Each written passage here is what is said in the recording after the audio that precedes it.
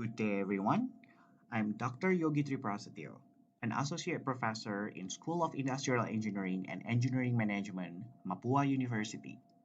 I'm going to present my paper with title Occupational Fatality, Injury, Illness, and Work-Related Abuses of Indonesian Immigrant Workers in Taiwan 2013 to 2014. This is the agenda of my presentation.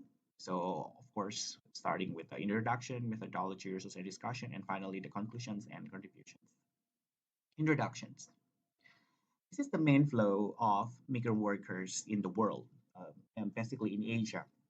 So for Indonesia, most of Indonesian workers, they go to the Malaysia, Singapore, Brunei, Middle East, and of course in Hong Kong and Taiwan. The focus of my study is actually Indonesian workers in Taiwan. So this is actually my focus of my study.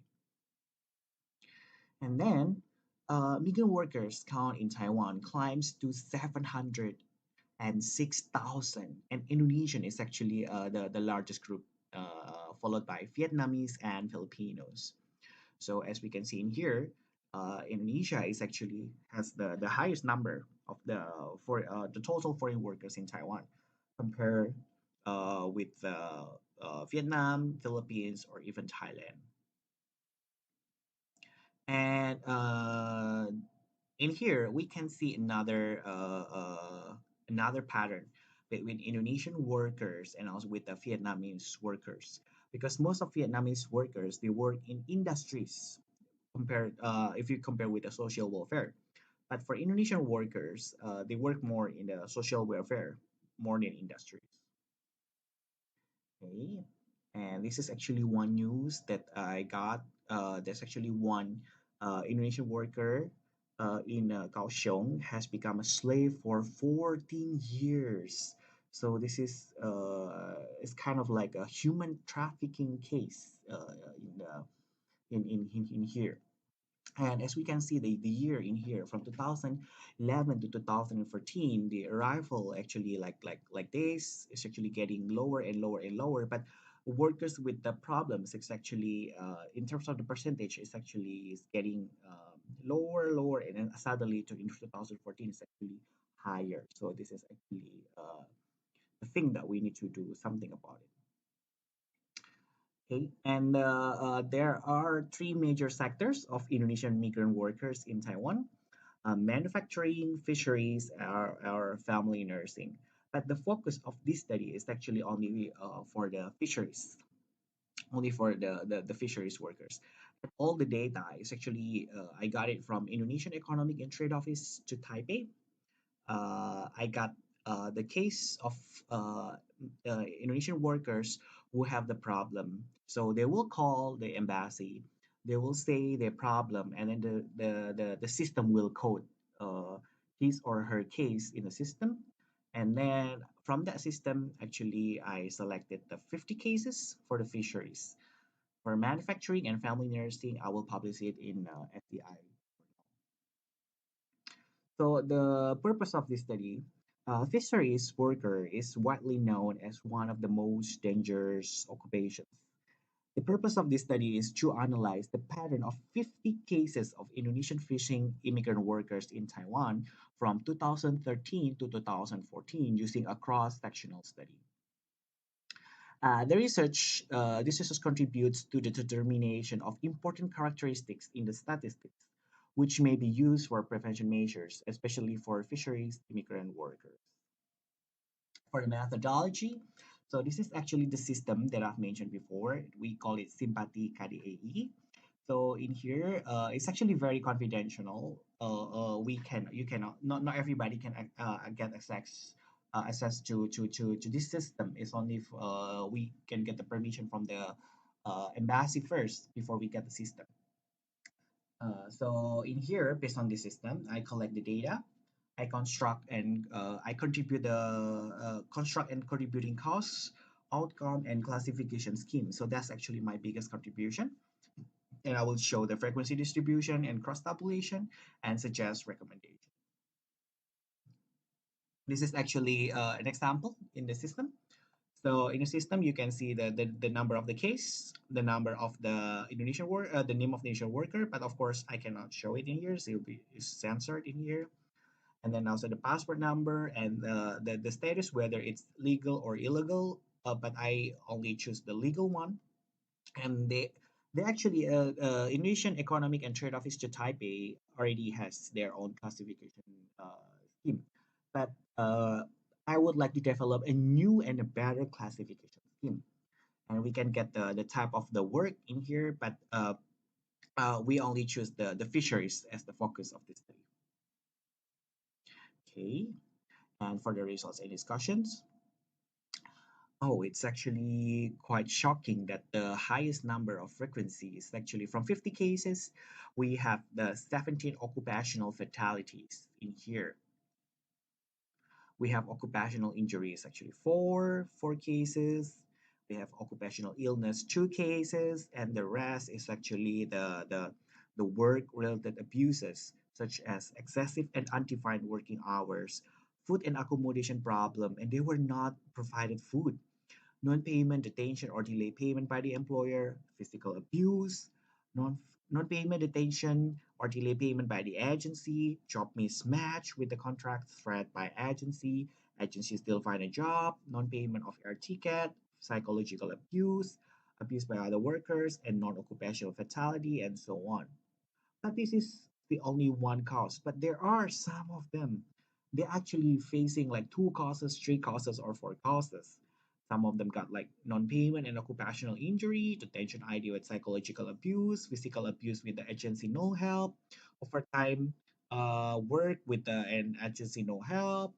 3 causes and 4 causes like physical abuse, psychological abuse, food problem, accommodation problem, and so on. So this is actually quite shocking. For occupational fatality, I've mentioned before there are 17 cases. So in order to see what happened with these 17 cases, I developed another subclassification. So based on these 17 causes, actually 3 cases is actually crossed by another vessel. One case is actually poison gas. One is actually died from jumping from the vessel during parking. One hit the sea coral. One hit by the heavy object, which is the fishing wire. One is actually dead because of the huge wave. However, there is the problem in here. The nine, the nine one in here, because the nine here is actually not well documented. Because, for example, one dead while sleeping, one dead, throw up unconscious and pass away. One was reported drowning. One was reported drowning during parking. One was reported due to an occupational injury, and one was reported fall in the sea. And 3 did not even mention in the report the detail of the case. Therefore, it is extremely important for Indonesian Economic and Trade Office to Taipei to describe each fatality in details, since it will be very beneficial for further monitor safety performance, causal factors, and also for the prevention measures. So I highlight this one is actually the government needs to to be there and then get the detail of the case and investigate the case to the police, to the coastal guard, and so on. And for the occupational fatality, we have 5 cases. And actually, 3 cases is actually stuck in the fishing wire. So one victim lose 4 right fingers, and the other 2 just mentioned a finger injury.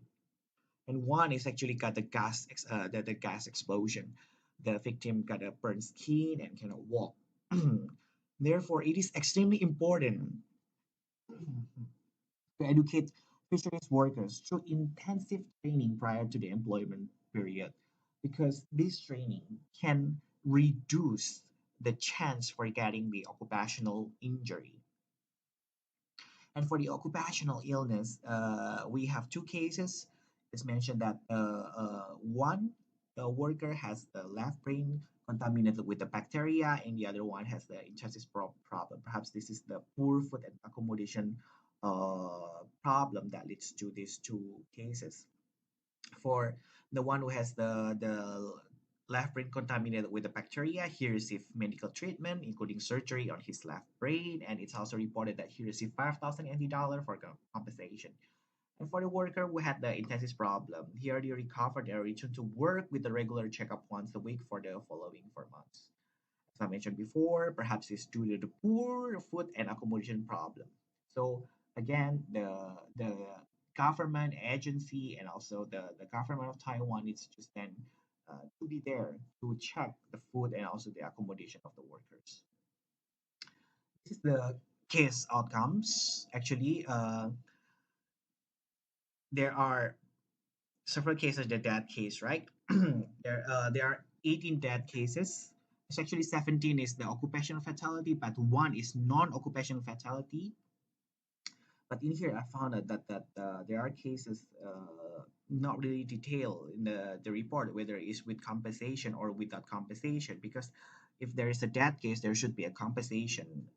So I have 11 cases death without compensation, and 8 cases employment transfer without compensation, 7 death with compensation, 7 stay at the same employer without compensation, and 6 quit the job without compensation, 3 run away, 2 quit the job with compensation, 2 stay at the same employer with compensation, 1 employment transfer with compensation, and 1 finish the contract and so on. So the conclusions and the contributions of the current study. Uh, for the occupational fatality, is actually the most frequent case, which can be classified further into 6 different subclassifications. And for the occupational injury, stuck in the wire and gas explosions are 2 most frequent patterns. For occupational illness, brain with bacteria and intestines problem, we found these 2 cases. And for work-related abuses, we could classify that into 12 patterns. What's the contribution of the study? This is the highlighting some important issues of Indonesian fisheries workers in Taiwan, which require a constructive dialogue between Taiwan Fisheries Bureau, Taiwan Ministry of Labor, agencies of brokers, and Indonesian Economic and Trade Office to prevent future occupational injury, illness, fatality, and work-related abuses. That's all my presentation. Thank you, everyone.